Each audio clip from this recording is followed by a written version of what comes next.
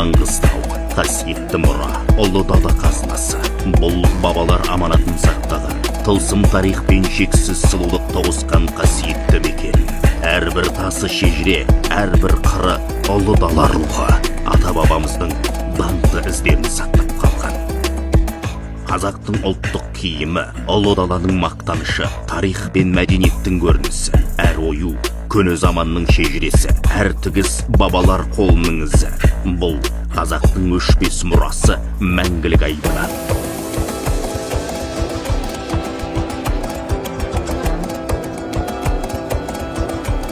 Ұлттық киімімізді жаңа рекордқа қосу үшін Ана Махаббат қоғамдық қоры өз үлесін қосады.